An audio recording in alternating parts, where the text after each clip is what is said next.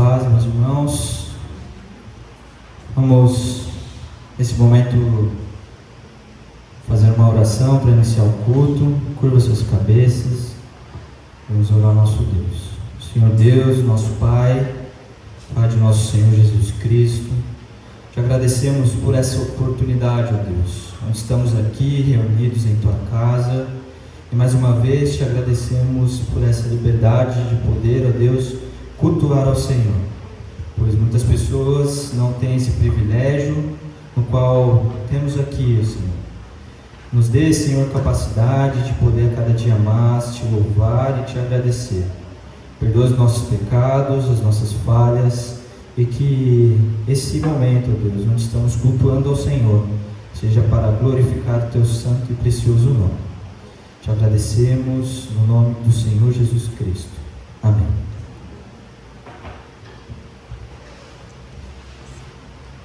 Graça e paz, irmãos. Nós vamos estar lendo agora o texto bíblico. Gostaria de pedir que os irmãos ficassem em pé para lermos juntos. Apocalipse 6. Vamos ler juntos?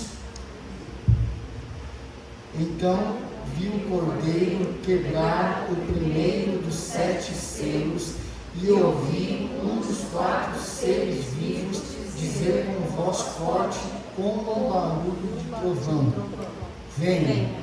Olhei e vi um cavalo branco. O seu cavaleiro tinha um arco, e lhe deram uma coroa de rei. E ele saiu vencendo e conquistando. Depois o Cordeiro quebrou o segundo selo, e ouvi o segundo ser vivo dizer: venha. Aí saiu outro cavalo que era vermelho. O seu cavaleiro recebeu o poder de trazer a guerra ao mundo, a fim de que as pessoas matassem umas às outras. E ele recebeu uma grande espada. Então o Cordeiro quebrou o terceiro selo, e ouvi o terceiro selo dizer: venha. Olhei e vi um cavalo preto. O seu cavaleiro tinha uma balança na mão. Ouvi o que parecia ser uma voz que vinha do meio dos 4 seres e dizia: meio quilo de trigo custa o que vocês ganham num dia inteiro de trabalho, e 1,5 quilo de cevada custa a mesma coisa. E não misturem água no vinho, nem falsifiquem o azeite. Depois o Cordeiro quebrou o 4º selo, e ouvi o 4º ser vivo dizer: venha. Olhei e vi um cavalo amarelo. O seu cavaleiro se chamava Morte, e o mundo dos mortos o seguia. Estes receberam poder sobre a 4ª parte da terra, para matar por meio de guerras, fome, doenças e animais selvagens. Então o Cordeiro quebrou o 5º selo, e vi debaixo do altar as almas dos que tinham sido mortos, porque haviam anunciado a mensagem de Deus e tinham sido fiéis no seu testemunho. Eles gritavam com voz bem forte: ó Todo-Poderoso, Santo e verdadeiro, quando julgarás e condenarás os que na terra nos mataram? Cada um deles recebeu uma roupa branca, e foi dito a eles que descansassem um pouco mais, até que se completasse o número dos seus companheiros no trabalho de Cristo, que eram seus irmãos e que iam ser mortos como eles tinham sido. Em seguida, vi o Cordeiro quebrar o 6º selo. Houve um violento terremoto, o sol se tornou negro como uma roupa de luto, e a lua ficou toda vermelha como sangue. As estrelas caíram do céu sobre a terra, como os figos verdes caem da figueira sacudida por um vento forte. O céu desapareceu como um rolo de papel que se enrola de novo, e todos os montes e ilhas foram tirados dos seus lugares. Então os reis do mundo inteiro, os governantes e os chefes militares, os ricos, os poderosos e todas as outras pessoas, escravos ou livres, se esconderam nas cavernas e debaixo das rochas das montanhas. E gritavam para os montes e para as rochas: caiam sobre nós e nos escondam de olhos daquele que está sentado no trono e nos proteja da ira do Cordeiro. Pois já chegou o grande dia da ira deles, e quem poderá aguentá-lo? Amém.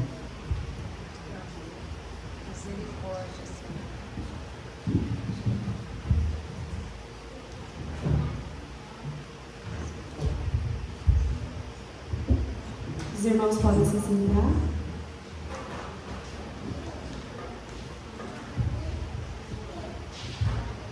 Paz do Senhor, irmãos. Agora vamos passar para o momento missionário do culto. E o país que estarei falando hoje é o Myanmar. Ele está em 19º lugar na lista mundial de países perseguidos de 2020. E é um país que se situa no leste da Ásia, junto com os países que foram falados na semana passada, que foi Laos e Vietnã. Uma curiosidade do Myanmar é que tanto o Myanmar, Laos e Vietnã eram um só país, antes de ser invadido pela União Soviética nos anos 60. Quando a União Soviética acabou, nos anos 90, eles também se dividiram os países. Então, é muito similar à cultura dos três países, a religião dos três países são a mesma, inclusive o tipo de perseguição são muito parecidos uma com a outra. O Myanmar tem 54 milhões de habitantes e só 4 milhões são cristãos, a maioria deles budista. A diferença, por exemplo, de Laos e de Vietnã, que foi falado nas semanas passadas, é que ainda continua sendo país comunista. Só o Myanmar que agora tem uma república do tipo comandada pelo exército. Então, as perseguições no país eles são iguais de Vietnã e de Laos. Perseguição por parte da própria família que não aceita que os membros se convertam ao Senhor, por parte da própria religião budista, que fica perseguindo. Só que Myanmar está um lugar a mais que os demais outros dois países que foram falados, justamente por causa que tem perseguição do próprio exército. O próprio governo persegue e destrói qualquer igreja que não seja budista. Uma curiosidade aqui do site que eu tenho é que nos estados considerados predominantemente cristãos, como Kachin, Karen e o Nordeste de Shan, mesmo igrejas históricas bem estabelecidas são atacadas. Mais de 100 mil cristãos no norte vivem em campos de deslocados e são privados de acesso à comida e cuidado médico.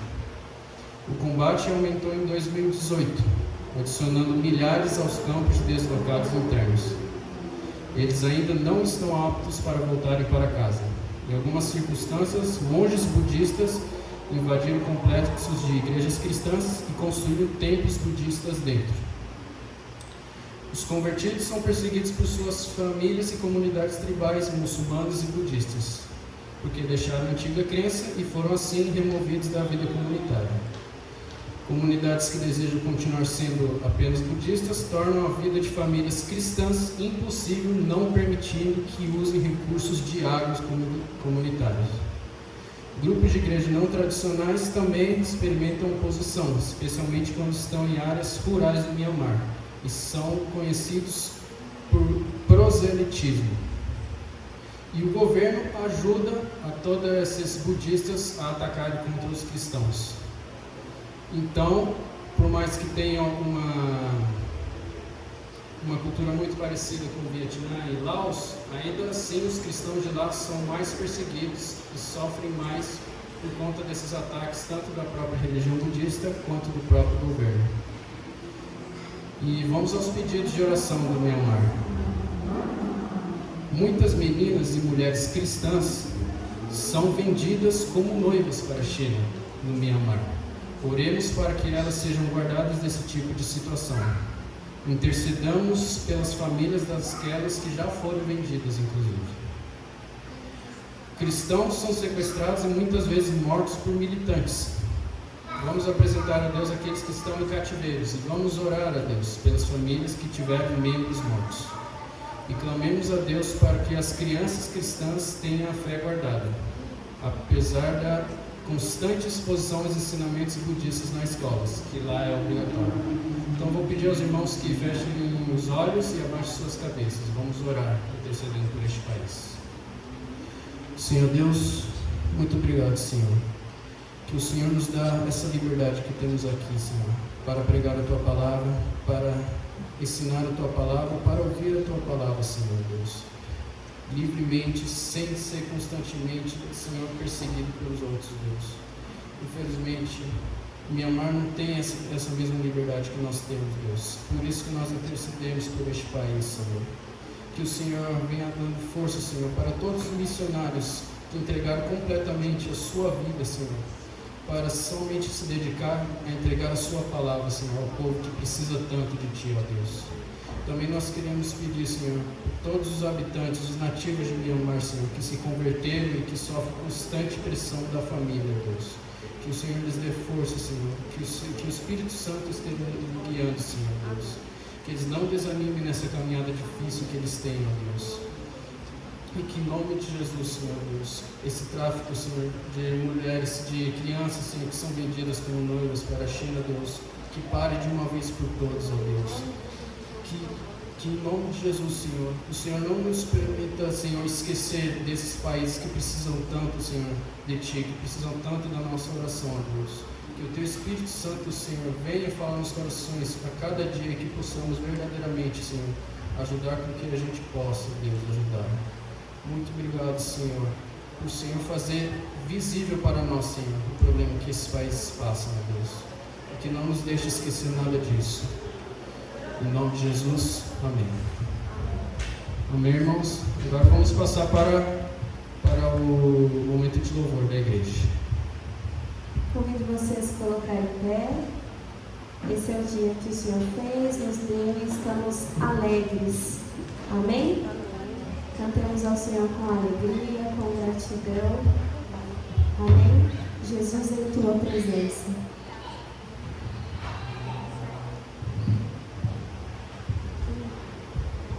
Vamos começar juntos no coro?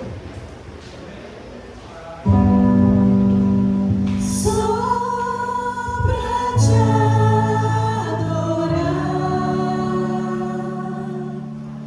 e fazer Teu nome grande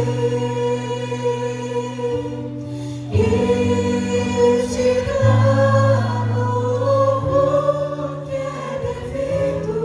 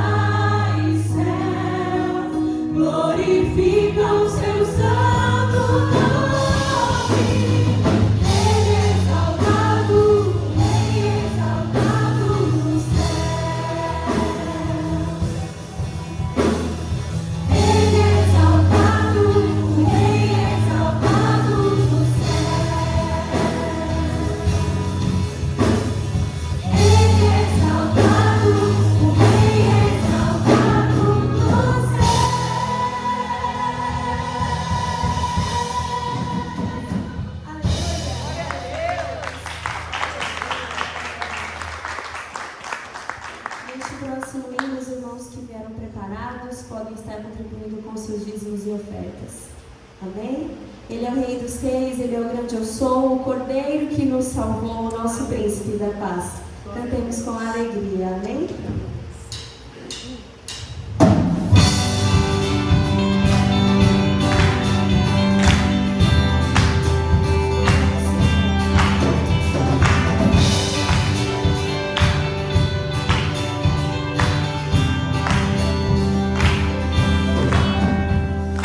Te amarei.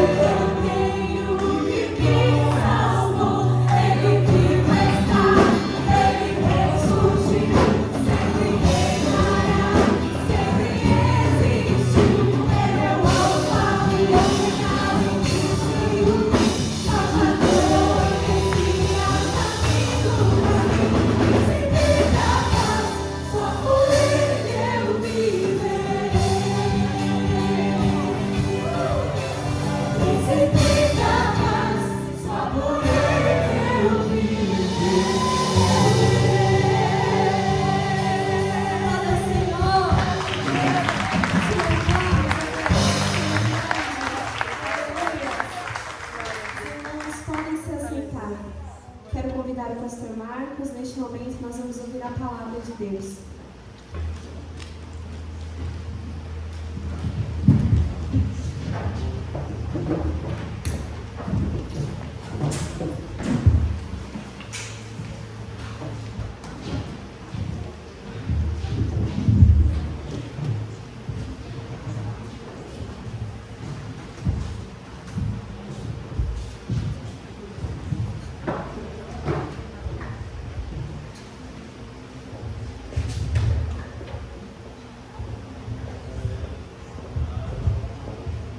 Graça e paz, irmãos.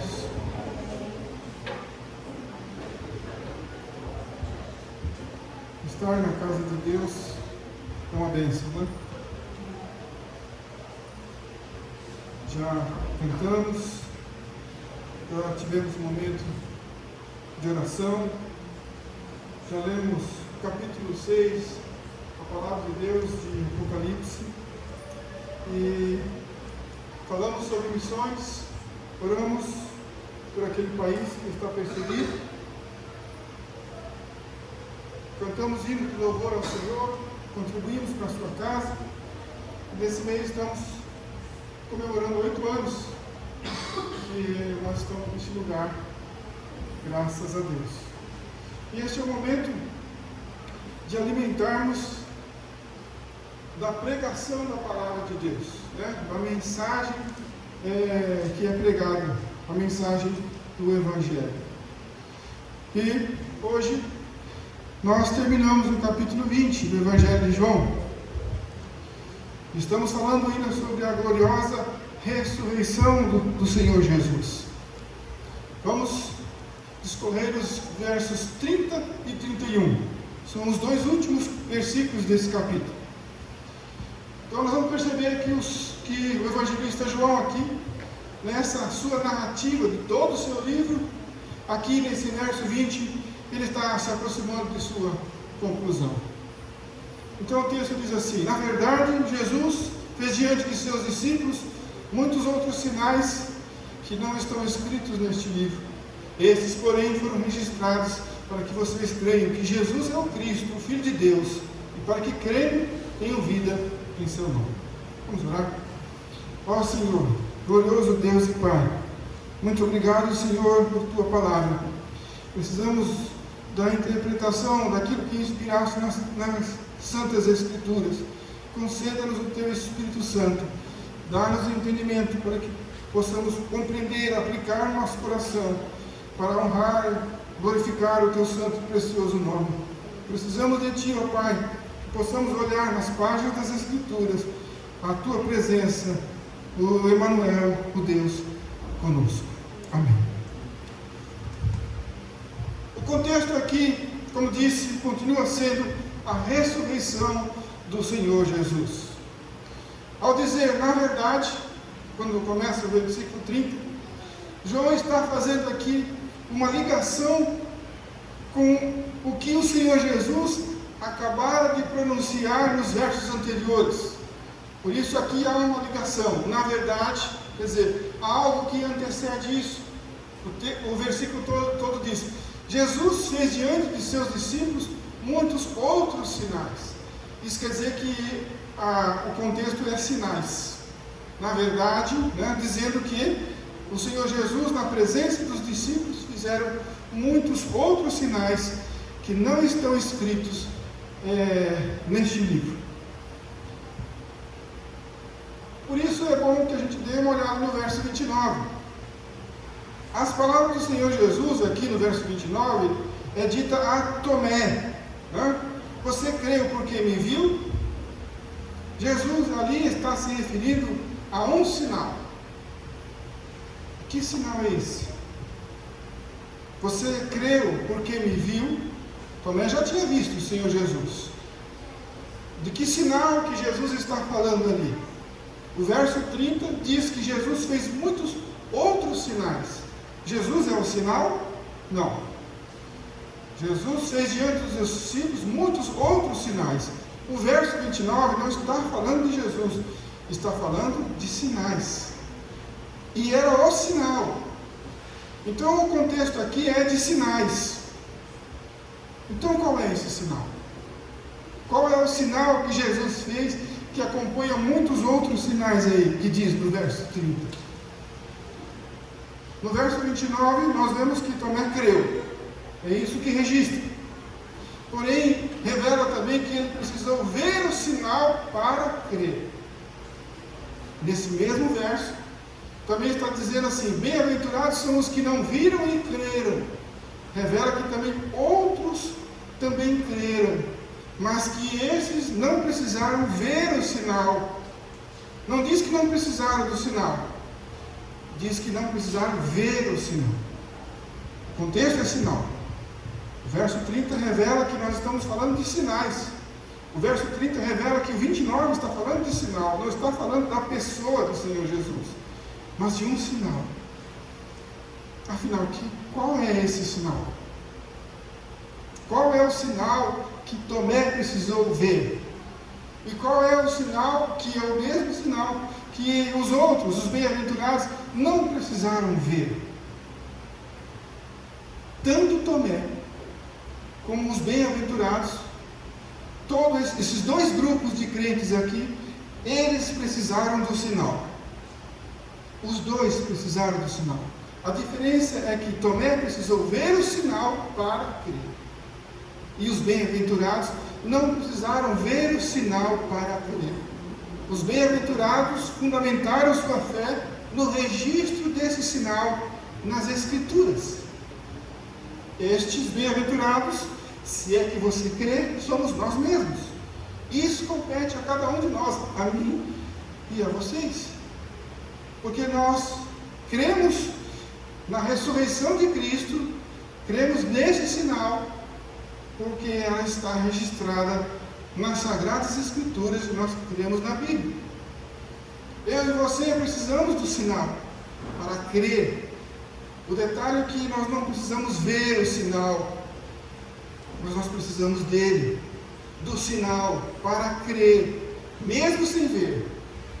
Precisamos, mesmo sem ver. O próprio Senhor Jesus respondeu aqui para Tomé: porque me viu? E já entramos aqui em detalhes nas outras mensagens, que o contexto é, quando Jesus diz porque me viu, não é a presença de Cristo, mas dele aparecer vivo. Esse é o sinal. O sinal é a ressurreição de Cristo. Porque Tomé contemplou vivo ali aquele que havia sido morto na cruz. Este é o sinal. O sinal indica aquele que venceu a morte em sua ressurreição. O sinal aponta para Jesus e entrega-o. O fim é Jesus, o sinal é o meio. O próprio apóstolo Paulo, ele disse que vã seria a nossa fé se não houvesse esse sinal. Se Cristo não tivesse ressuscitado, a ressurreição de Cristo é um sinal. Nós cremos naquele que ressuscitou, porque esse sinal indica que Jesus é Senhor e Deus. Esse sinal de sua ressurreição revela a sua identidade. Senhor nosso e Deus nosso. Foi essas palavras que Tomé disse no verso anterior, 28. Senhor meu e Deus meu. E aqui é importante que no 29, quando Jesus fala com Tomé, ele não corrige Tomé, mas ele confirma as suas palavras. Você creu. Você creu. Né? Está dizendo que ele creu. E Jesus aqui, ao falar isso, ele não está dizendo que ele não deveria crer, mas que ele creu por intermédio de ter visto o sinal. Todavia, o Senhor Jesus aqui revela que você creu porque me viu, revela o coração duro de Tomé. No entanto, vendo, creu.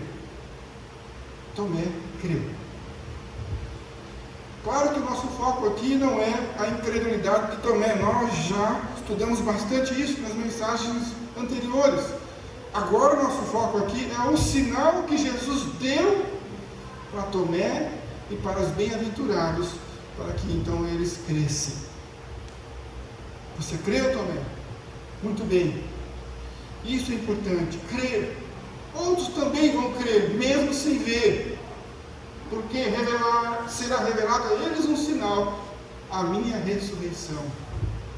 Nas palavras de Tomé, quando Tomé disse, Senhor Deus e Deus meu, existe ali a revelação da identidade desse Jesus de Tomé.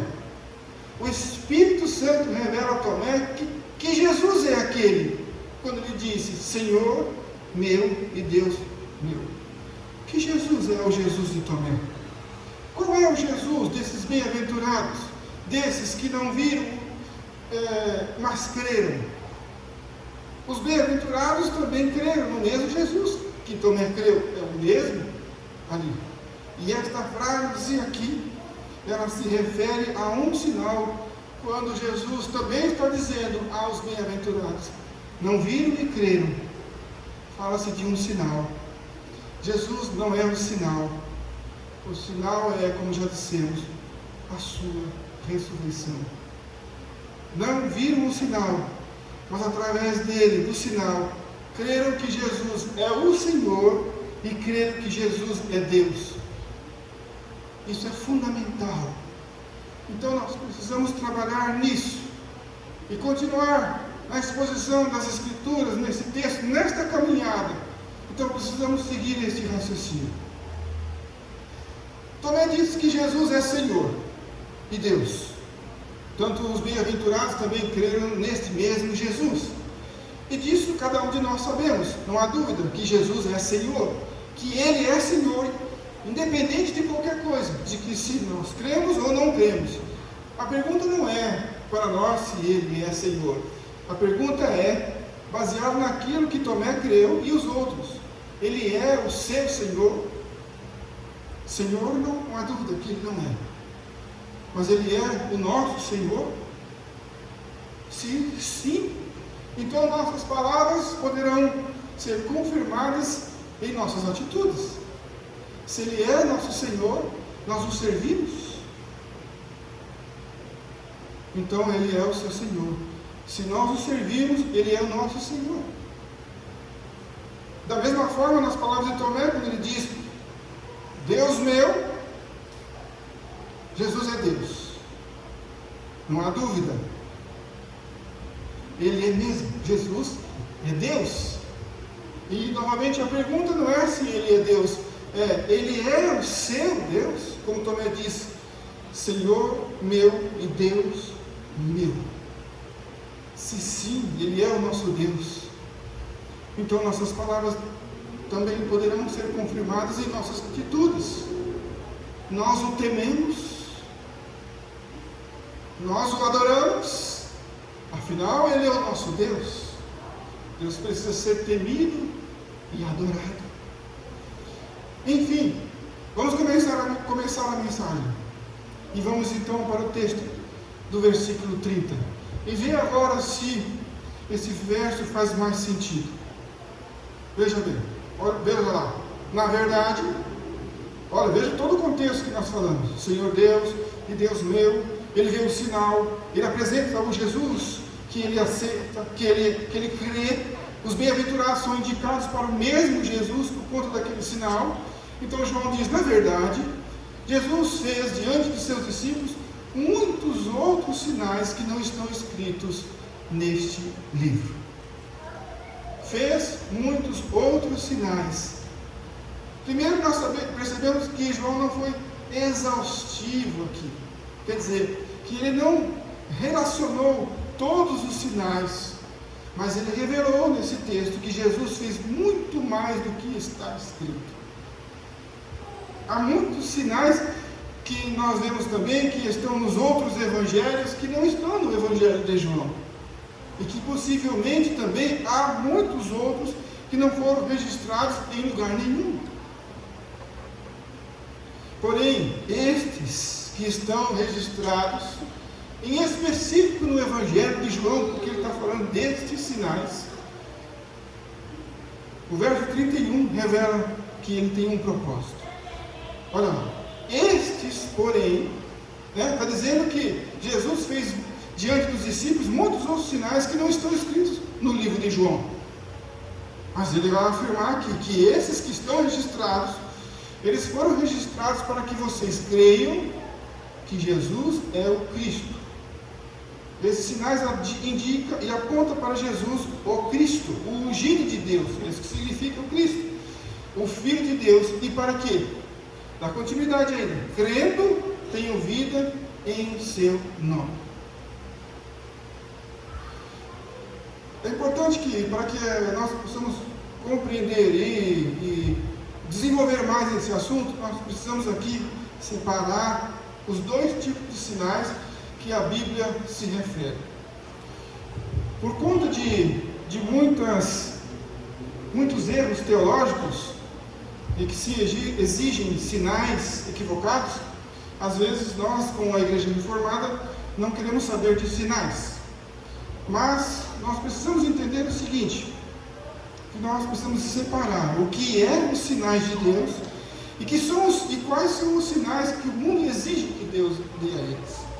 Então é inacreditável, ao lavar a criança, vamos jogar somente a água suja e vamos ficar com a criança. Nós vamos ver aqui quais são os sinais que são realmente aquele que é a criança e qual é a água suja para a gente jogar fora. Então vamos separar aqui. São dois tipos. Existem então os sinais de Deus, que Ele nos deu e que está registrado nas Escrituras e nós a temos aqui. E o outro tipo são os sinais que o mundo quer que Deus dê a eles. E a Bíblia revela os dois tipos, os de Deus e os que o mundo exige. Nesses dois sinais, eles se diferenciam no propósito. No propósito. Os da vontade de Deus, o propósito é bem simples. E é o que nós estamos discorrendo aqui, e é o que o versículo 31 revela. Os sinais de Deus é para revelar a identidade de Jesus, Jesus como Cristo, o Filho de Deus, para conhecermos a natureza da fé, que diz para que crendo tenham vida em seu nome, para que crendo sejam salvos. É simples assim. Os sinais de Deus têm este propósito: revelar a identidade de Cristo, para que então possamos crer no Deus verdadeiro. Agora, os da vontade do homem, o propósito é bem complicado. E a Bíblia revela isso. Porque os sinais que os homens exigem é definido pelo seu próprio querer, o querer do homem. Os sinais, os milagres, podemos usar esse termo também. E o mundo quer os milagres para serem servidos, querem milagres para receber bênçãos. O fim desses milagres são eles mesmos. Eles querem ser abençoados, querem ser curados. E por isso eles querem um sinal específico para eles. Para eles. Não basta as Escrituras, não basta a Bíblia. Nesse que está aqui, trazendo esse propósito crucial para a nossa alma. Os homens querem mais do que está na Bíblia. Há um exemplo muito prático que acontece geralmente. As pessoas buscam um milagre na cura pessoal como um sinal, para que então, sendo curados, possam fundamentar a sua fé em Deus e dizer que acredita em Deus porque foi curado. Mas é por isso que nós acreditamos em Deus? Mas aí então essas pessoas entram num parafuso porque elas não conseguem explicar porque crentes também morrem de enfermidades e não são atendidos. Não só esses tipos de sinais, mas também muitos procuram um sinal na provisão financeira. E com o propósito de definir nas riquezas a bondade de Deus, eu quero saber se Deus é bom, se Ele me conceder o que eu preciso. Mas só acontece o mesmo problema, porque essas pessoas não conseguem explicar porque muitos ímpios também são ricos financeiramente, mesmo ímpios. Então, que sinal é esse que o mundo quer? Ele quer o benefício. Querem definir Deus a partir de suas boas experiências de milagres. E define que são salvos pelos cuidados que eles receberam de Deus no dia a dia. Se Deus tem cuidado de mim no dia a dia, isso quer dizer que Ele está me aprovando. É para isso que o mundo exige de Deus um sinal. Assegurar que no bem-estar existe a certeza da presença de Deus em sua vida. Em outras palavras, eles estão tentando dizer, se estamos bem, é um sinal de Deus que Ele está de bem com a gente. É este o sinal que o mundo quer. Mas ao definir isso de forma exclusiva, que o bem-estar é o que define a graça de Deus, estão excluindo os momentos de dor que Deus trabalha nas vidas das pessoas, permitindo muitas vezes o mal-estar para um propósito e cuidado para a sua glória. Há muitas maneiras de Deus trabalhar. Sem contar ainda que esses que fazem isso, eles, quando eles usam o bem-estar como um sinal da aprovação de Deus, assim, ao fazerem isso, eles estão ignorando o sacrifício de Jesus. Porque eles definem assim: eu sou bonzinho, então eu obedeço as regras, por isso que Deus está fazendo isso comigo. Eu faço a maioria das coisas certinhas, eu sou criterioso, eu sou honesto, eu não sou imoral, eu sou justo. É nisso que está a nossa certeza de salvação. Direto e indiretamente eu vou estar desprezando o sacrifício do Senhor Jesus. E aí eu poderia concluir: para que então Jesus teria morrido na cruz, se apenas eu preciso obedecer? Por que o sacrifício de Jesus? Por que Deus precisou ser levantado na cruz para morrer, se só depende de obedecer? Nós não obedecemos a Deus para que Ele nos salve, irmãos. Nós obedecemos a Deus porque Ele nos salvou. Está aí a grande diferença. A certeza da salvação está na obra de Cristo na cruz do Calvário. Nós precisamos nos assegurar que somos salvos pelo que Deus fez na cruz através do seu Filho. E não se assegurar se eu sou ou não obediente, ou quem eu sou, ou o que eu faço. A nossa certeza de salvação está na obra de Cristo, na cruz do Calvário. E é por isso que nós nos reunimos aqui mensalmente para anunciar a morte de Jesus até que Ele venha. É isso que nos salva. Saber que Jesus é o Cristo, o ungido de Deus, o Filho de Deus. O sinal aqui, qual é o sinal? É a ressurreição de Cristo.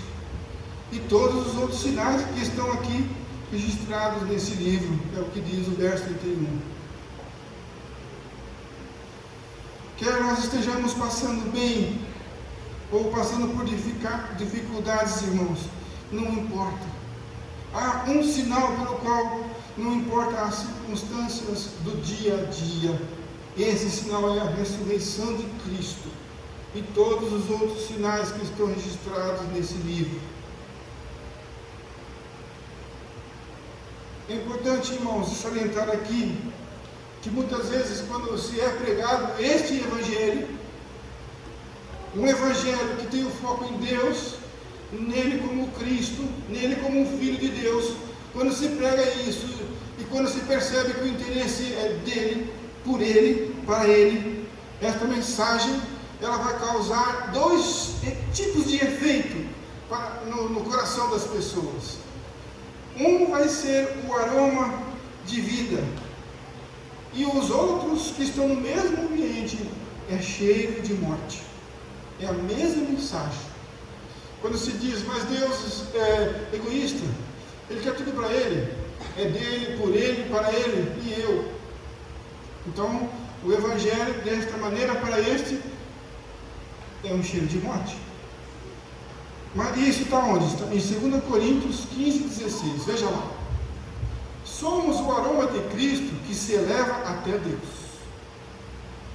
Mas esse aroma é percebido de forma diferente por aqueles que estão sendo salvos e por aqueles que estão perecendo.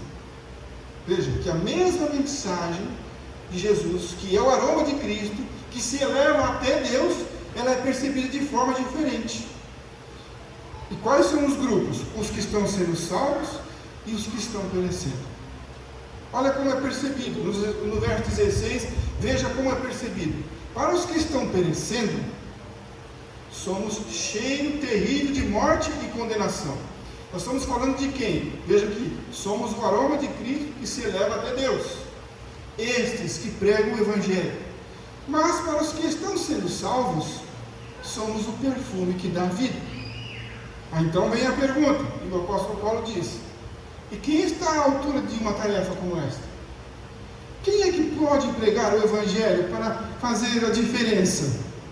Quem é que pode pregar um Evangelho, um único Evangelho, que surte na recepção um efeito diferente, tão diferente, opostos entre si?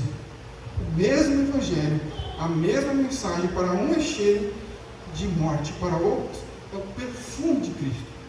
Então o apóstolo Paulo desafia: quem que pode fazer isso? Quem está à altura dessa tarefa de ser o aroma de Cristo que se eleva até Deus? Veja que no início está dizendo: quem está à altura de uma tarefa como esta? O verso 15 responde: os que são o aroma de Cristo que se eleva até Deus. Mas qual é a característica desses que realmente são genuínos? Quem está realmente apto para essa tarefa? Que em sendo o aroma de Cristo faça percebido então de forma diferente entre aqueles que ouvem a mensagem pregada do Evangelho. Ela está bem explícita no próximo verso, no 17. Veja lá: não somos como muitos que fazem da palavra de Deus um artigo de comércio. Esses que são o aroma de Cristo. Volta lá: somos o aroma de Cristo que se eleva até Deus. Quem são esses?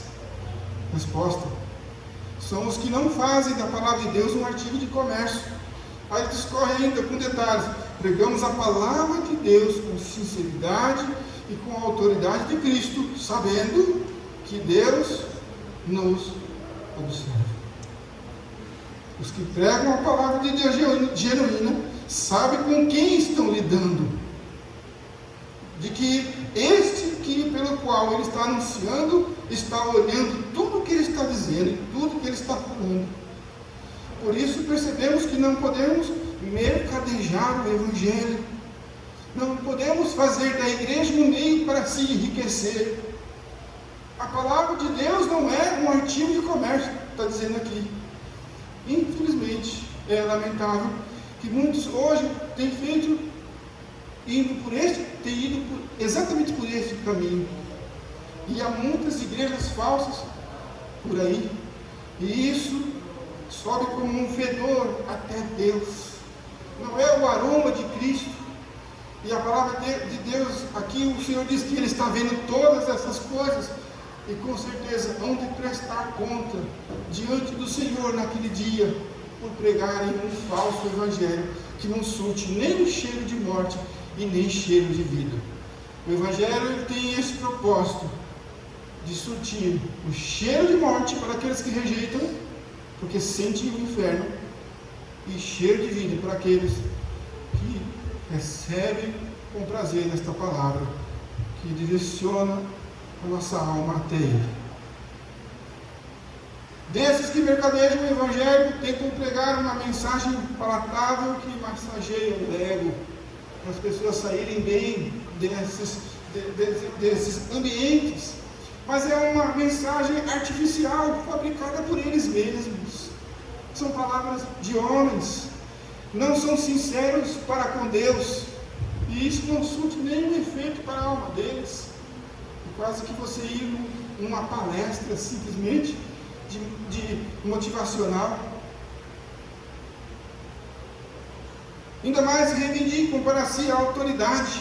O texto está dizendo aqui, porque ao invés de pregarem com a autoridade de Cristo, pregam com a sua própria autoridade. E para nós a autoridade da igreja é a palavra de Deus. As Escrituras, ela é a autoridade que precisamos. Por isso muitos querem pregar mas sem Bíblia. E quando pregam com Bíblia, usam apenas como um pretexto, porque esse já tem um texto. Eles não precisam de Bíblia, eles mostram a Bíblia para o povo, leem ela diante da igreja, para enganar as pessoas que estão pregando o Evangelho, e depois, mesmo com a Bíblia, desculpe o termo, eles viajam na maionese. Não tem nada a ver com o que foi acabado de ler. Talvez você então agora, diante disso, você me perguntar, o que isso tem a ver com João 20, 31? Será que nós mudamos de assunto? Não. Isso tem a ver com sinais. É isso que vai dar. Quando os homens exigem o caminho que Deus deveria trilhar. Os homens querem até hoje que Jesus prove que Ele é Deus. Eles não querem o que é certo, eles querem o que dá certo. Não importa se o caminho esteja errado, eles querem resultado. Mas nós temos que ser sinceros, não mercadejar o Evangelho e pregar com a autoridade de Cristo, independente do resultado, porque para muitos vai ser cheiro de morte e para outros vida. Mas muitos não aceitam essa palavra, mas não é o propósito. Quem prega o Evangelho não está para agradar as pessoas, está para agradar a Deus. E o Evangelho vai ajustar da maneira que Deus quer. Não importa se está dando certo, importa se é certo. O que importa é a verdade.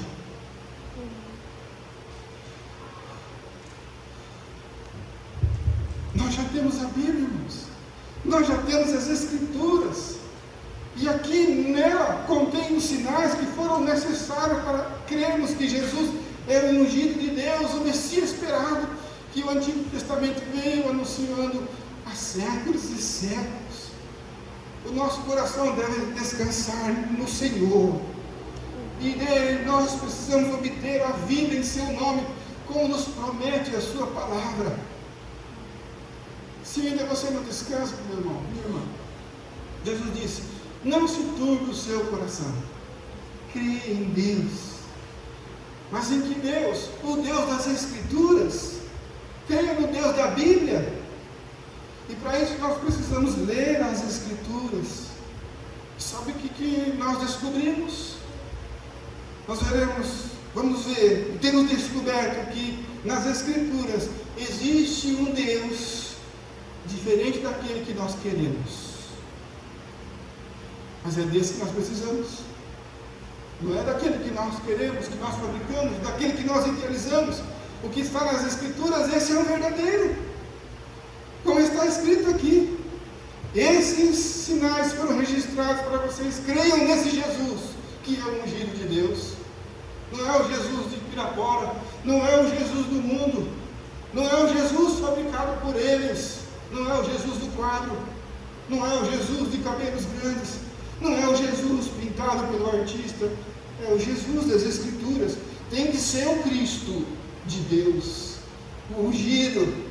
Tem que ser aquele que é o unigênito, o Filho de Deus. Esse é o verdadeiro. O que está registrado nesse livro sagrado, precioso. Esse Jesus produzirá em nossa mente uma graça para crermos na verdade. Cremos em Deus, na verdade de Deus. E a verdade de Deus é Jesus. Jesus é a verdade de Deus. E o texto diz que para então, crendo, possamos ter vida no precioso nome do nosso Salvador Jesus Cristo, o Cristo de Deus. A igreja, nós precisamos do Cristo de Deus, do Jesus das Escrituras, desse verdadeiro. Há inúmeros alertas, irmãos, nas Escrituras, e nós devemos atentar para esses alertas, para não sermos enganados com os truques dos falsos mestres. A palavra de Deus nos assegurará isso, dos supostos sinais que esses falsos mestres usam para atrair as pessoas que não se importam com as verdades registradas neste livro. Estão correndo perigo, e esses falsos mestres se aproveitam dessas pessoas que não leem as Escrituras. Por isso precisamos ler, para não sermos enganados também. Nós precisamos da verdade, porque senão vamos ser levados por qualquer sombra de doutrina. Jesus repreendeu a geração má que quer um sinal. A geração que exige sinais extra-bíblicos. Estamos falando de sinais ainda. Estamos falando dos outros sinais. Veja que como os sinais dos homens são bem complicados. Os de Deus é simples. Os homens querem não poucos sinais, mas querem inúmeros sinais. E isso é uma afronta a Deus, porque estão duvidando da sua identidade. Nós não precisamos mais de sinais. Esses sinais que estão revelados nas Escrituras já nos basta. Ele já nos revela de quem é este Jesus e o que ele pode fazer. Mas essa geração incrédula quer sinais, e Jesus não vai atender o gosto deste mundo, dessa geração má. Não é Deus não é os homens que colocam a sua agenda para Deus. Deus não vai atender a demanda desse mundo, não vai entrar na onda dessa geração, não vai atender às suas exigências. Quem exige é Deus. Veja no Mateus 12 o que eu estou dizendo. Então alguns dos fariseus e mestres da lei lhe disseram: Mestre, queremos ver um sinal miraculoso feito por ti. Então olha que Jesus respondeu: uma geração perversa e adúltera pede um sinal miraculoso, mas nenhum sinal lhe será dado, exceto o sinal do profeta Jonas. Jesus vai dar um sinal, mas um único sinal. Veja lá. Pois assim como Jonas esteve 3 dias no ventre de um grande peixe, assim o Filho do Homem ficará 3 dias e 3 noites no coração da terra. O verso 40 está dizendo que o Senhor dará um sinal. Ele não dará os sinais que o mundo quer. Faz um sinal miraculoso no céu, como diz os versos anteriores. Mas existe um. Há uma exceção, exceto este, ele dará. Porque Deus é soberano, é Ele que está no controle de todas as coisas, é Ele que discorre e revela os seus planos. E aqui nós percebemos que esta revelação, vamos ver aqui nos versos anteriores, que a revelação desse sinal é para a justiça. E é um sinal delimitado por Deus, pelo Senhor Jesus Cristo. Ele vai dar apenas esse sinal que ele já havia planejado, o de Jonas. Esse sinal para as ovelhas do seu rebanho, vemos que no verso 30 está dizendo que esse sinal de sua ressurreição serve para crermos que Jesus é o Cristo. Serviu esse sinal da ressurreição de Cristo para revelar o Filho de Deus para a salvação. Veja como que o mesmo sinal vai surtir efeitos diferentes naqueles que recebem também. O mesmo sinal servirá de testemunho para condenar todos os que desprezaram o Filho de Deus, mesmo diante de tantas evidências. Onde está isso? Registrado nos próximos versos. Veja bem. Os homens de Nínive se levantarão no juízo com essa geração e a condenarão. Veja que estou lendo o versículo 41 agora. É o mesmo texto, né? Pede um sinal, Jesus não vai dar um sinal, vai dar apenas o sinal de Jonas. Agora 41. Os homens de Nínive, parece que mudou de assunto, nós estamos no mesmo assunto. Se levantarão no juízo com essa geração e a condenarão, pois eles se arrependeram com a pregação de Jonas, e agora está aqui o que é maior do que Jonas. Vemos no comportamento dessa geração que está sendo citada aqui, que estende até o dia de hoje, a revelação do coração obstinado do homem desta geração, do coração dos filhos da desobediência. E o texto diz que isso os conduzirá à sentença de condenação. Veja lá, os homens de Nínive se levantarão no juízo com essa geração e a condenarão. Por que os ninivitas se levantarão? Acho que você já sabe a história de Jonas, né? Ele vai, ele prega a Nínive e aí o povo se converte. O povo se arrependeu dos seus pecados, os ninivitas. Eles deram ouvido à mensagem de Deus, até mesmo por intermédio de um simples homem, Jonas. É esse aqui o desenvolver do raciocínio. Então, esses ninivitas foram levantados para esse ofício, o ofício de julgar. E a acusação será essa que o texto aí revela. Se os ninivitas, irmãos, se arrependeram com a pregação de Jonas, que é menor do que Jesus, e olha que a mensagem de Jonas era bem desanimadora e pessimista, se você se lembra bem. Jonas foi um pregador muito mal-humorado. A sua mensagem era extremamente agressiva. Jonas pregava juízo e ele pregava contra a sua própria vontade, nem queria estar ali. Ele torcia para que ninguém se arrependesse. Mensagem terrível. Ele queria que Deus descesse fogo do céu e destruísse todos eles. Queria que a cidade toda fosse destruída. Eu imagino, eu não sei como os ninivitas não mataram Jonas. Mas agora Jesus está dizendo aqui, revela que aqueles ninivitas, eles estão percebendo um pregador diferente. Que esse Jesus é um pregador cheio de amor, que é maior do que Jonas, inclusive a sua mensagem, uma mensagem maravilhosa. Os ninivitas estão vendo que essa geração desprezou não só a pregação do Senhor Jesus, mas também rejeitou o próprio Cristo. Os ninivitas tomaram conhecimento que eles vão matar o Filho de Deus, que eles vão entregar esse mensageiro para ser pregado numa cruz,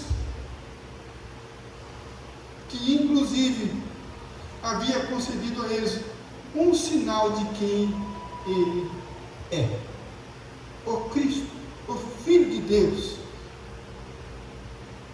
Mas não creram nele. O texto diz que essa geração é perversa e adúltera. Tudo que o Senhor Jesus fez não foi o bastante para eles. Eles queriam mais, queriam um sinal miraculoso a pedido deles. Isso é tão grave que Jesus, ainda no próximo verso, ele vai repetir o mesmo assunto. Sabe como é falar a mesma coisa duas vezes de forma diferente? E isso Jesus vai fazer aqui no 42, só para demonstrar a importância disso, o quanto isso é relevante. Primeiro, então, ele usou aqui os ninivitas para mostrar que Deus levantará eles para juízo. Veja o 42. É o mesmo contexto. A rainha do sul se levantará no juízo com esta geração e a condenará. Agora não são os ninivitas, é a rainha do sul, pois ela veio dos confins da terra para ouvir a sabedoria de Salomão. Olha o mesmo contexto. E agora está aqui o que é maior do que Salomão. Jesus então usa o mesmo argumento do verso anterior. Esta rainha do sul é a rainha de Sabá. Ela tinha vindo do sul para constatar com seus próprios olhos a fama de Salomão, a fama e conhecer a sabedoria daquele homem. E ela diz que havia constatado naquela visita com seus próprios olhos que Salomão era muito maior do que a sua fama que corria por aquelas terras. A realidade era maior do que a fama. Então nós vemos aqui que a rainha do sul, a de Sabá, ela também levantada nesse ofício para julgar e condenar essa geração má, perversa e adúltera, como Jesus disse nos versos anteriores. E Jesus então se apresenta aqui, valendo-se de sua comparação. E claro, sublinhando-se como sendo maior que Salomão. Salomão, mas Jesus é o maior. Então, Jesus é apresentado aqui como maior que Salomão. E nós sabemos, e temos essa certeza, a palavra de Deus nos apresenta Jesus, sendo Ele a própria sabedoria de Deus. Por isso, sua sabedoria excede em muito a sabedoria de Salomão. Nem poderíamos comparar. No entanto, fez a comparação para ver quão distantes estavam. Nisso, então, vemos aqui a superioridade do Senhor Jesus sobre Salomão. Porque enquanto Salomão tinha uma sabedoria dada por Deus, Jesus é a própria sabedoria de Deus. No entanto, os homens desprezam os ensinos do Senhor Jesus, o mais sábio de todos os tempos. Este Jesus que veio revelar os mistérios do reino celestial, de doutrinas que transformaram vidas. A palavra do Senhor Jesus era uma palavra cheia de vida, cheia do poder de Deus. Então agora vem essa rainha e vê esse quadro lastimável, como aquela geração tinha sido cruel para com o Senhor Jesus. E olha, se a gente quiser discorrer o texto, vocês vão perceber que esta rainha de Sabá, ela tinha se deslocado ali, teve o trabalho de vir dos confins da terra, o texto diz, para ouvir a sabedoria de Salomão. Mas essa geração não precisou nem mesmo sair da sua própria terra para constatar a sabedoria daquele que é maior do que Salomão. O que Deus fez? Ele visitou este mundo. Foi uma visita ilustre. Recebemos esta notícia da chegada do Senhor Jesus através de um anjo na cidade de Davi. Lá havia nascido o Salvador. A Bíblia registra que naquele momento houve um coral de anjos celestiais e eles cantavam: glória a Deus nas alturas e paz na terra entre os homens a quem Ele quer bem. A chegada ilustre do sábio dos sábios. A rainha de Sabá, está vendo, vocês rejeitaram este, que a estrela da alva brilhou como nunca, apontando ser ele o sábio dos sábios. Até mesmo os sábios do Oriente chegaram até Jerusalém e diz que eles vieram à busca do recém-nascido, o rei dos judeus. Jesus, o sábio dos sábios, irmãos, havia se deslocado desde os confins do universo. Veio até aqui embaixo, deixou o seu reino de glória, trouxe as boas novas de sabedoria e o Evangelho. No entanto, o mundo rejeitou aquele que é maior do que Salomão. Foram inúmeros sinais. O Emanuel esteve entre nós. Que faremos de Jesus, chamado Cristo? Ninguém pregava como o Senhor Jesus. A mensagem do Senhor Jesus era como nenhum outro, com autoridade. Ele tinha uma autoridade tal que todos admiravam. Tal era o poder da mensagem do Senhor Jesus em suas palavras, que os inimigos, eles se levantaram com fúria, com ira contra o Senhor Jesus, ao ponto de entregá-lo para ser morto na cruz do Calvário. Vemos que até mesmo os rudes soldados o temeram, como disseram: nós não podemos fazer nada, ele fala de um jeito como nenhum fala. Através das palavras do Senhor Jesus, ele libertou cativos, como diz Isaías, ele curou os doentes. Jesus revolucionou o mundo. A partir de então, ele dividiu o tempo antes de Cristo e depois de Cristo. Eis aqui o que é maior do que Salomão. Eis aqui mais um sinal. Por isso, então, Jesus está dizendo: a rainha de Sabá se levantará no juízo contra essa geração má, perversa e adúltera, e a condenará. Porque está aqui o que é maior do que Salomão, e vocês o desprezam. Esses sinais, irmãos, foram registrados de forma satisfatória, para que possamos crer que Jesus é o Cristo. E ao olhar para as Escrituras, isso deve conter as nossas curiosidades desnecessárias. Nós já estamos discorrendo, é possível que vocês se lembrem, mesmo que vocês não estejam aqui, mas o primeiro sinal de Jesus foi no casamento em Caná da Galileia, quando ele transformou a água em vinho. Para que ele fez isso? Para atender os noivos? Para atender a demanda da festa? Não, para mostrar que ele é o ungido de Deus e que o ungido de Deus estava diante dos homens. O milagre da transformação da água em vinho não tinha um propósito em si mesmo, mas para apontar quem é este homem.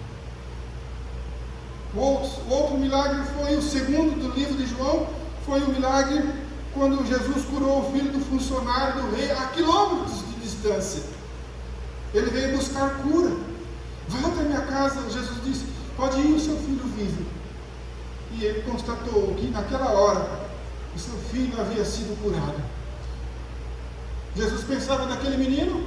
Não. Tinha muitos que estavam morrendo, inúmeros que morriam. No entanto, ele não curou os outros, mas ele curou esse com um propósito, para mostrar a todos aqueles que estavam ali e ser registrado nesse livro, para que possamos entender e saber quem é esse Jesus, que ele é ungido, que ele é o Filho de Deus e que nele precisamos crer. O terceiro milagre foi com aquele homem que há 38 anos estava ali no tanque de Betesda. Jesus curou aquele homem. Qual foi o propósito?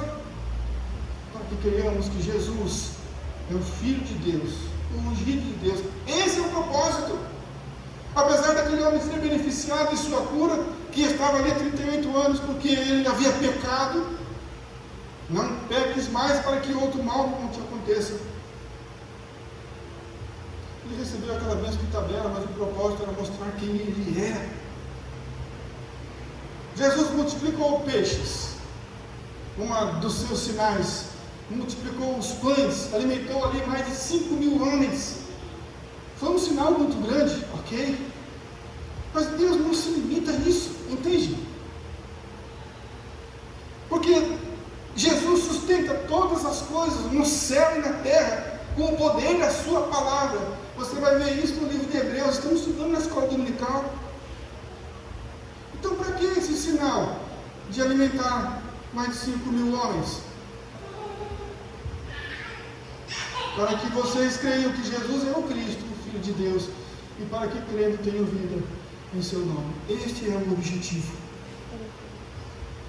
A nossa fé, irmãos, ela não repousa nas promessas dos homens. Ela repousa nas promessas de Deus, do Senhor Jesus Cristo. E esses sinais de Jesus, que estão registrados nas Escrituras, eles nos auxiliarão para preparar as nossas mentes para alimentar a mais profunda reverência de volta à palavra de Deus. Quando nós percebemos que os seus sinais revelam quem Ele é, nós voltamos a ler, continuamos a ler o livro, continuamos a ler outros livros das Escrituras e queremos degustá-la inteiramente, porque passamos a conhecer o autor das Escrituras. Jesus também, no seu quinto milagre, no mesmo livro de João, ele, numa tempestade, está ali caminhando sobre as águas. Se a minha pergunta e a sua é a mesma que os discípulos fizeram, que é este que até o vento e o mar obedecem, a resposta está aqui. Este é o Filho de Deus, o ungido de Deus, o Cristo de Deus. E Ele veio para salvar todo aquele que nele crê. Esse deve ser, irmãos, ao olhar para esse texto, um estímulo que deve adicionar-nos a autoridade, a doutrina do Senhor Jesus, a doutrina que eu e você já aprendemos, para que possa ser confirmada no nosso coração. É isso que acontecia quando se pregava o Evangelho na igreja primitiva. O Evangelho de Marcos termina o seu capítulo falando exatamente isso. E eles, tendo partido, pregaram por todas as partes, cooperando com eles o Senhor e confirmando a palavra com os sinais que se seguiam. Amém. E aí termina o livro de Marcos. Esses sinais das Escrituras, irmãos, das Escrituras, entenda o seguinte, não são outros sinais. Deus pode fazer muitos outros sinais, eu acredito se eu quiser, mas eu não posso deixar de acreditar nos sinais que estão nas Escrituras. Esse tem um compromisso de nos salvar. Esses sinais nos ajudarão para não tomarmos o caminho errado, irmãos. Esse é um meio de graça que é concedido pelo Senhor. Nós precisamos de orientação. A queda nos deixou cegos espiritualmente. Esses sinais nos tomam pela mão, é como um guia para nos conduzir. E aí ele nos conduz à leitura das Escrituras, dia após dia. Quando você percebe quem é o autor, então você tem gosto de ler cada vez mais a palavra de Deus. Nossa fé não está nos sinais, nós já falamos isso. Tome muito cuidado para não entender errado. Nossa fé está naquele pelo qual os sinais identificam. Está em Jesus Cristo. Porém, agora que nós sabemos que Jesus é o Cristo, o Filho de Deus, cabe a cada um de nós crer nele. E o texto diz, para que tenham vida em seu nome. Em outras palavras, obteremos a vida eterna. O sexto milagre do Evangelho de João fala daquela ação de Jesus quando fez o barro com a saliva, passou nos olhos daquele cego de nascença e o curou. Nós não devemos desprezar os sinais das Escrituras, sim, mas também nós não podemos valorizar mais do que se deve, porque aquele sinal teve um propósito. Esse propósito, para que vocês creiam que Jesus é o Cristo, o cego foi curado, o Filho de Deus, e para que crendo tenham vida em seu nome. Aquele sinal não foi colocado para dizer que Deus tem poder para curar o cego, apesar de ter. Esse não foi o propósito. Todas as coisas é dele, por ele e para ele. Nosso foco não deve estar nos sinais do Senhor Jesus, mas no Jesus dos sinais. Ele é o Cristo e não os sinais. Ele é o Filho de Deus e não os milagres. Dar o valor devido, irmãos, na medida certa apenas. E os sinais são verdadeiros, sim, não há dúvida. Eles cumpriram o propósito, apontando o caminho. Ele serve e serviu para o início de nossa trajetória. Se aí a gente não pegou o caminho, olhe para os sinais. Todavia, os sinais não são o caminho, eles apontam o caminho. E se nós já pegamos o caminho, nós não precisamos mais dos sinais, porque já estamos no caminho. Se estamos em Cristo, esse caminho nos levará ao destino seguro. Jesus nos levará a Deus, o Pai. E disso que precisamos. E por fim, o último sinal, o sétimo sinal, foi aquele que Jesus ressuscitou Lázaro, 4 dias já morto. Jesus o ressuscitou para o mesmo propósito. Revelar a sua identidade, de que aquele que estava entre eles era o Cristo, que tem poder sobre a morte. Nossa fé deve se repousar no Senhor, no nosso Deus, irmãos. E agora nós devemos seguir estrada dentro ali, seguir avante nessa jornada que Deus tem para nós nesse mundo de Deus. Aleluia. E viver a vida que recebemos através da fé nele, no Senhor Jesus, através das Escrituras, pois agora nós temos a vida em seu nome, estamos seguros em suas mãos, se é que nós a entregamos as nossas vidas a Ele, então seremos salvos no nome de Jesus, no nome que está acima de todo nome, o nome do Senhor Jesus Cristo. Amém.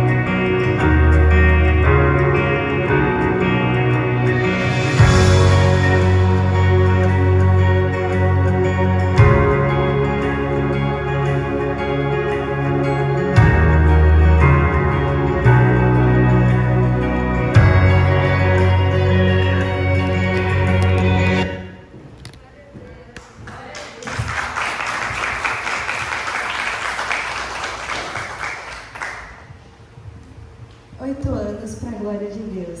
Muitos momentos para nós lembrarmos que até aqui o Senhor nos ajudou, até aqui o Senhor esteve conosco. Glória a Deus por esta igreja, por esta família de irmãos, por este lugar que preza pela palavra de Deus. Amém? Nós temos muitos motivos para agradecer. Eu vou parar de falar, senão eu vou chorar. Convido vocês a se colocarem em pé. Nós já estamos encerrando, mas vamos louvar ao Senhor um hino muito conhecido que diz: obrigado, Senhor. Amém? Por tudo.